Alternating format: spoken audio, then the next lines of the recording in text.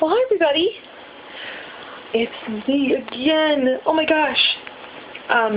In case, I don't think I said anything. Maybe I did in my last video. I don't remember. But I'm talking kind of funny. I have this big-ass wisdom tooth that has to get pulled out soon.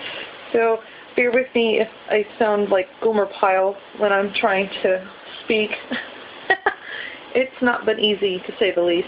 But it's me again. And over the last few days, it's been big news, at least where I live in the Ohio Valley area, about the storms that have moved through. Tons of people without power. You know, and we've got all these massive, massive heat waves going on.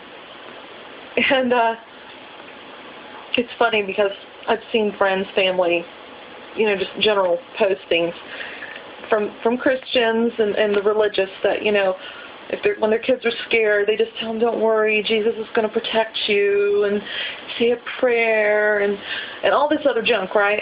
And I have to say it's junk, and there's a reason why. True story. Like many kids, when I was, you know, hitting my preteen years, I think I was about 9, 10, 11, somewhere in there, you know, I lived really nearby my school, and my parents both worked at least 20 minutes away, if not more. So usually I would be home first.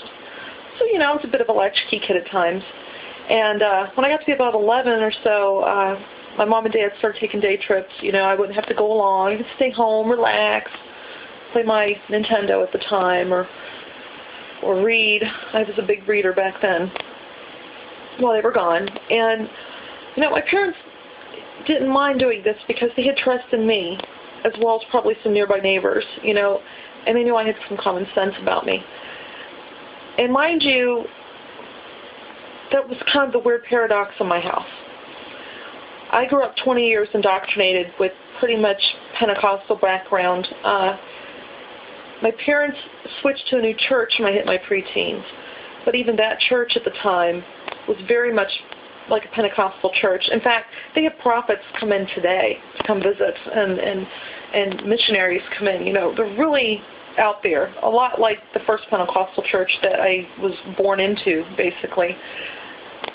So don't get me wrong, there's plenty of naivety running through my household to even try to claim I had common sense.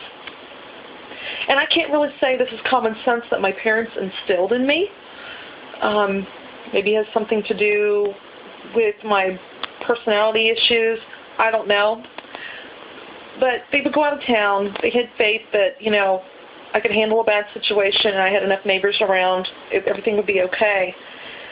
And there were many times we had severe storms roll through when my parents were not home. You did not see me getting on my knees and praying for God to protect me or anything like that. You would see me, first and foremost, calling my parents or my neighbors to check on what the weather was really supposed to be. Secondly, I grabbed the flashlights, some water, pillows, and blankets, and I take them to our cellar. And mind you, we had an outside cellar. I had to go outside the house to get into the cellar, okay? And I make sure I was prepared. I was very proactive. And looking at this whole situation and what these parents are telling their kids about, you know, pray and you'll be safe, God's watching over you, they're not really making these kids proactive. But I don't remember my parents ever doing that either. I cannot remember a single occasion where, you know, one of my parents would tell me to go grab something and go to the basement and be ready. I can't even remember them having extra stores of water in the house, you know. So it makes me think maybe I've been an atheist in the making a lot longer than I actually realized.